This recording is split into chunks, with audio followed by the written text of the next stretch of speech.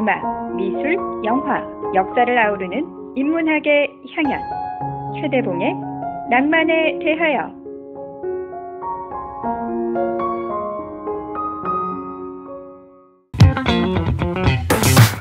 안녕하셨습니까? 최대봉입니다. 최대봉의 낭만에 대하여 28번째 이야기를 시작합니다. 대춘부, 봄을 기다리는 노래라는 뜻이죠. 그런 시절이 있었는지 지금은 기억도 가물가물해진 세월의 저편입니다만, 소년 시절의 봄을 생각하면 제비꽃 피어나는 들판으로 자욱하게 밀려오던 황사와 노란 현기증, 그리고 노래 하나가 떠오릅니다.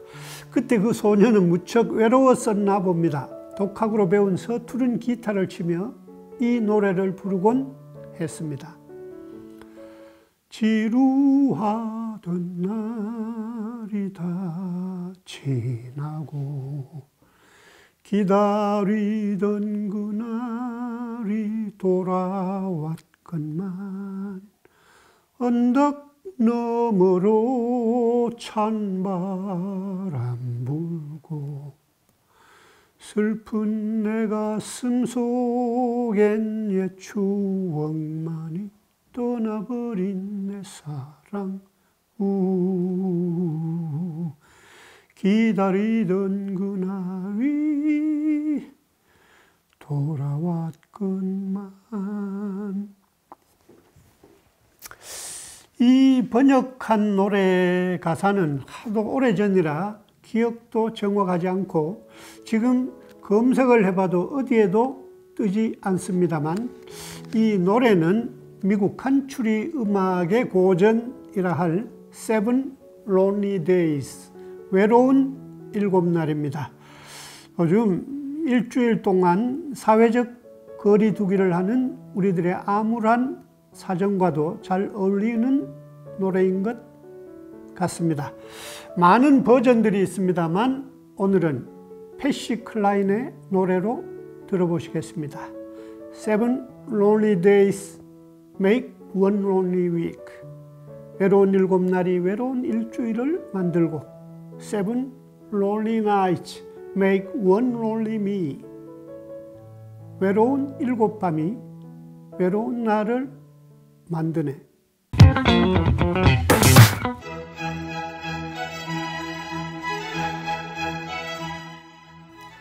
우수도 경칩도 먼 날씨에 그렇게 차가운 계절인데도 봄은 우리 고운 핏줄을 타고 오기에 호흡은 가빠도 이토록 뜨거운가.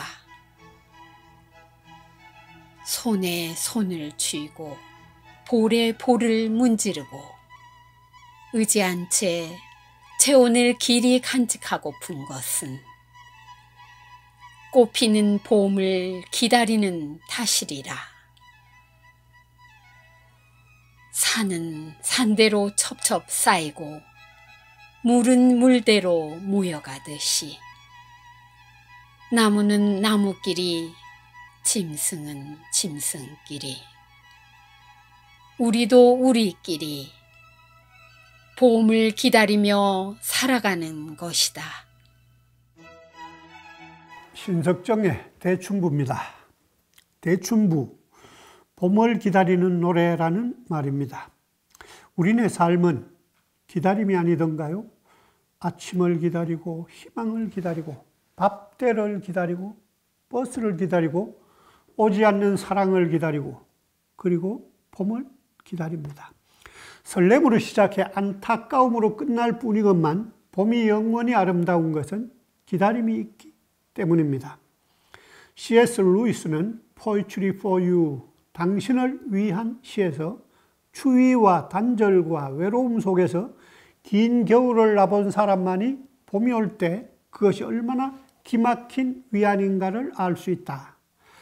You know what a marvelous relief it is when spring comes 라고 말하고 있습니다. 까마득한 옛날의 원시인들의 겨울은 극심한 추위와 굶주림, 그리고 무엇보다 공포의 계절이었을 겁니다.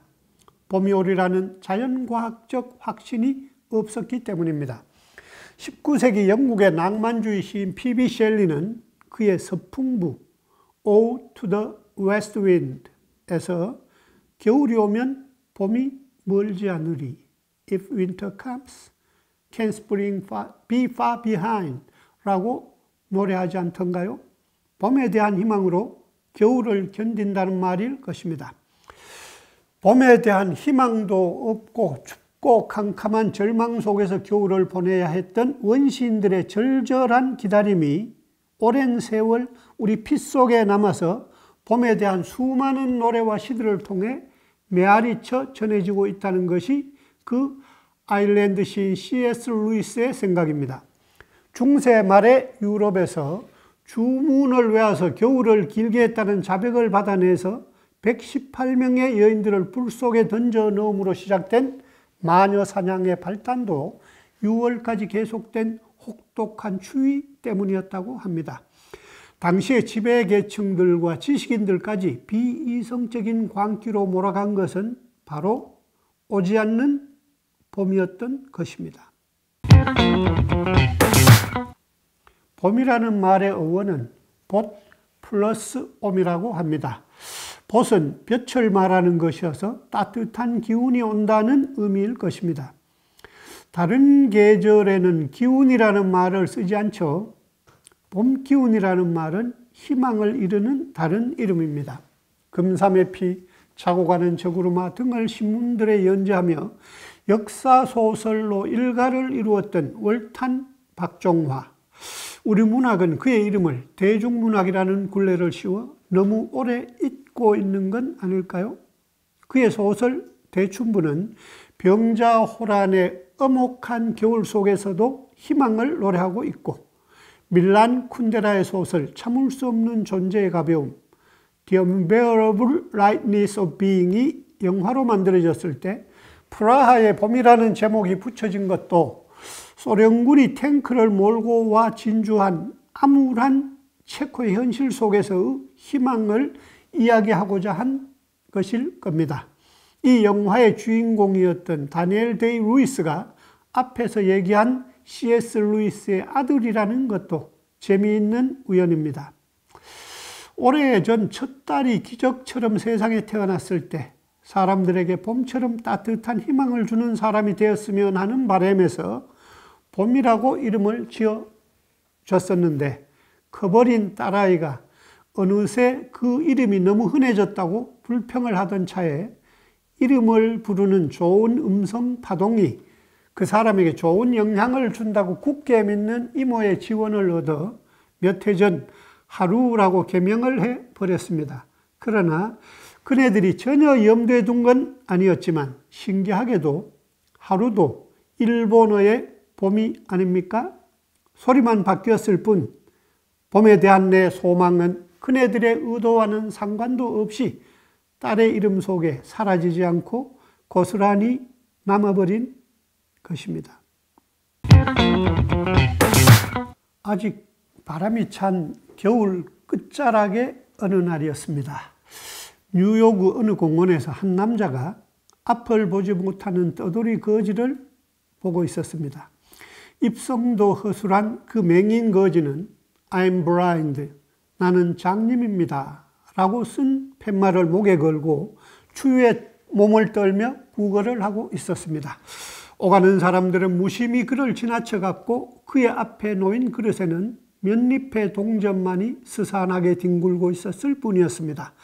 한참 그 모습을 지켜보던 남자가 거지에게 다가가 그가 걸고 있던 팻말을 벗겨 다른 글로 고쳐 써서 걸어주고는 그 자리를 떠났습니다.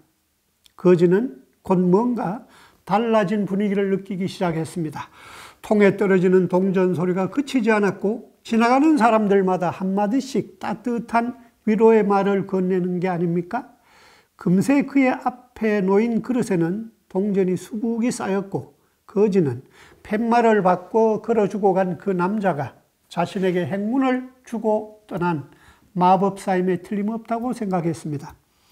거지에게 행운을 준 그 남자는 바로 휘르레얼리즘, 현실주의 선언으로 유명한 프랑스의 철학자이자 시인이었던 앙드레 브루똥이었고, 그 바뀐 팻말에는 이렇게 쓰여 있었습니다. Spring's coming soon, but I can see it. 곧 봄이 오겠지요. 하지만 나는 그 봄을 볼 수 없답니다.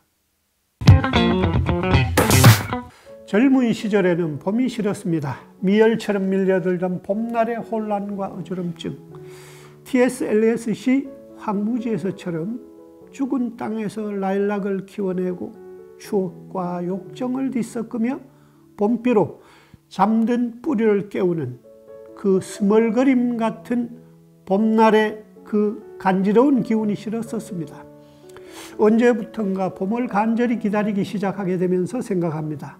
그 시절은 청춘이었었나 보다. 자신이 꽂힐 때는 꽃이 눈에 들어오지 않듯이 봄이 싫었던 그 시절이 내 인생의 봄이었었나 보다.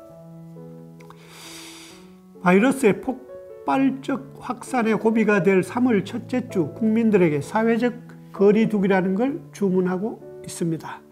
소셜 디스턴싱으로 번역되는 이 말은 꽤 그럴싸하게 들리지만 사람들을 만나지 말라는 것이죠. 인간이라는 말에 사이 간자가 쓰이는 것은 사람은 사람과 사람 사이에서만 존재할 수 있다는 얘기겠죠.